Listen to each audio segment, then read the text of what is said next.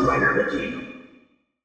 Hey YouTube, Dawson Rider here with another retro review, continuing my trek into some BeetleBorg reviews. Don't worry, the Power Rangers ones are still going to be around for a long time, but I'm just diving into some other stuff sort of related to it, just like with the Beetle Bonder.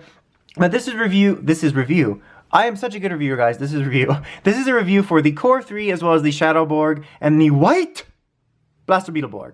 So anyway, let's go ahead and get started. And first of all, I want to say, I think these figures hold up really well. Honestly, I think they hold up even better than some of the older Power Rangers figures. I just always really liked them when I was a kid, and even now with the figure arts, I still really like them a lot. As per usual, they do have a little bit wear because they are something I have owned for a very long time, since they came out in fact, and I am missing a couple pieces here and there. I actually have most of the accessories considering my track record with these. The only really notable things I can think of that I'm missing is I do not have Blue's main weapon like this, which I'll talk about, and I'm missing the longer version of Shadow Borg's claw, which again I'll mention again. But let's go ahead and start with Blue.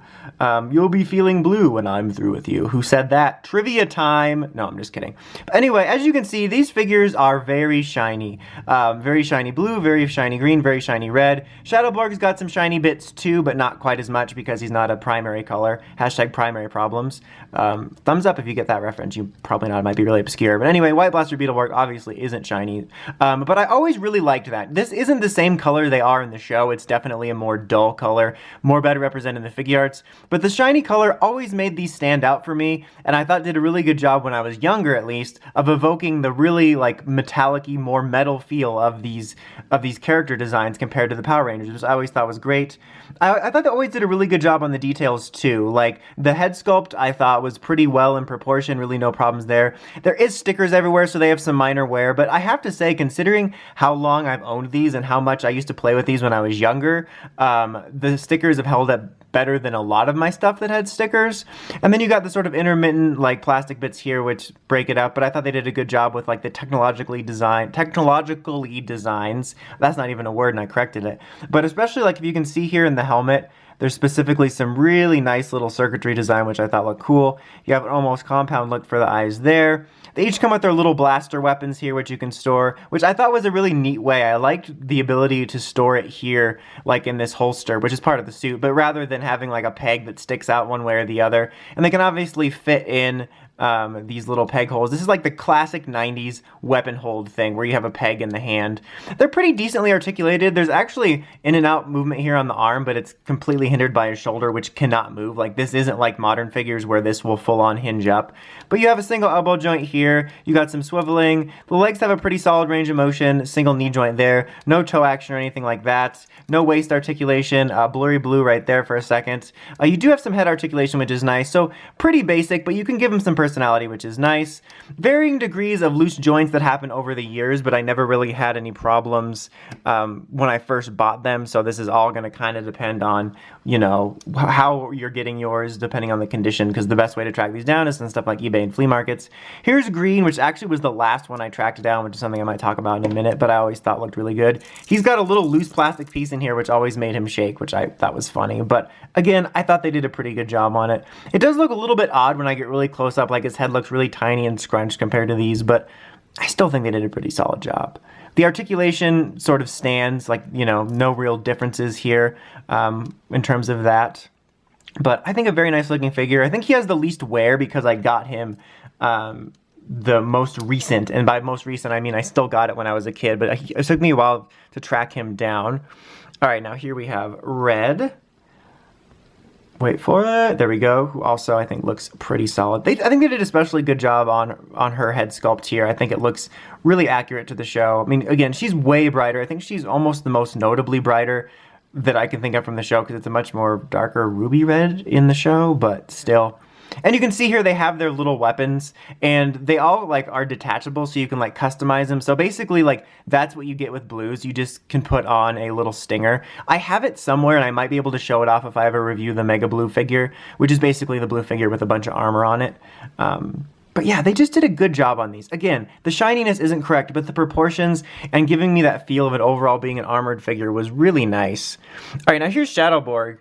And something that's interesting about him is that when I picked these up, much like with many Power Rangers figures, they came out with a lot of stuff that wasn't going to be in the show you know, for a while. Like, so I picked up red, blue, and I did that opposite. Red, blue, and Shadow Borg first because I couldn't find green before the show even came out. So I assumed this guy was going to be like a 6th Ranger, eventually join the team. And even when he joined up, or showed up in the show, I thought he was eventually going to turn good or someone would get his powers. But oh boy, was I wrong. But is there a little bit of dust there still? I tried to get all the dust. But yeah, they did a really good job with him too. His metallic-y bits you can see are kind of more here in the silver and in this sort of bit here. So I think in a way he's the most accurate because he doesn't have the most obvious shine. So his comes off a little bit more like the show.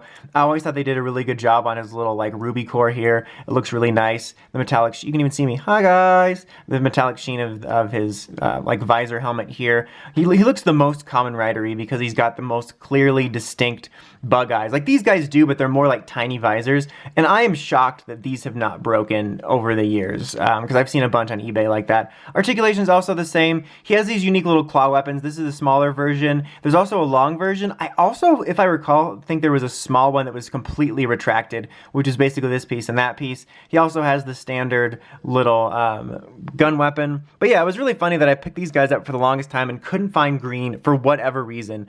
And like I remember finally tracking it down at my local Toys R Us, RIP. All right, here is the White Blaster Beetleborg. Now this was released a little bit later on, if I recall. And to my knowledge, this is the only version that exists of his figure. Like, there was a bunch of different ones for these guys, bike figures, gimmicks, not like a bunch, but more. And I think this was the only one. I have a memory of there being like a prototype or something without an arm, or without this on it, but it could be my imagination. If you guys happen to know if there was any more versions that don't have this, I would love to know. From my quote-unquote research and just experience, there hasn't been, but yeah, because I was always bothered by this, because White Blaster Beetleborg was my favorite design. I've always liked white-based toku suits. I thought they looked cool, and his introduction was always really cool to me, and I was really happy they did a figure. And setting aside the fact that this is a perma piece, and this is based off of the like Stinger weapon that he gets, the powerful like blaster when he gets Mega Blue, and the way you activate it here is there's a little like hinge on his back,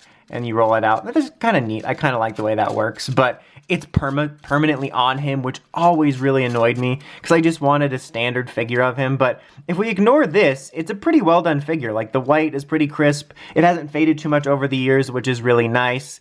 The articulation is largely the same as the other figures. You obviously don't have that shine or anything. You can't move his head. You can pull this piece off too if you want to. I'm surprised again that I haven't lost this piece, but it was always really neat to me to have a figure of one of my favorite toku designs of all time, to be honest. I always really loved the White Blaster Beetleborg design. And if I recall, we made a bigger deal about him, similar to VRV Master, aka the Phantom Ranger during Power Rangers Turbo / Car Ranger. Like, this was much more of a very brief character. Again, I haven't seen B-Fighter, but from what I know, he was a very brief character in the show, and we kind of made a bigger deal about him. To be fair, he was also a briefly appeared character in the series, but we kind of made like a 6th Ranger event out of him. So I don't think we'll ever see a figure art from him. I'm really hoping, but yeah, if you know anything more about that, I would love to hear about that in the comments. But anyway, I went on long enough. Overall, I think these are really neat figures. Do they absolutely 100% hold up to the pillars of figure arts and other figure achievements? No, but I think they hold up a lot better than, it could be a little nostalgia goggles, but just from experience, I think they hold up a lot better than a lot of 90s Toku-related figures I have. And for these three, the figure arts are definitely superior in a lot of ways, and that would be the way to go. But honestly, if you are into sort of tracking down retro collectibles like these, I don't think you'll be disappointed with them. Honestly, they're still one of my favorite things I've ever collected. I still really like them. Even though they're more shiny than the show, they still hold up as really cool display pieces. So if you're a fan of BeetleBorgs or B-Fighter or just the suits or whatever, I can definitely recommend taking a look at them. And it's also really neat that we got a figure of him since he was much more of a brief character in both shows. But anyway, until next time, don't forget to like, subscribe, and hit that notification bell so you get all my retro reviews and BeetleBorgs and anything else crazy I might decide to do. Till next time, Dawson Rider, signing out.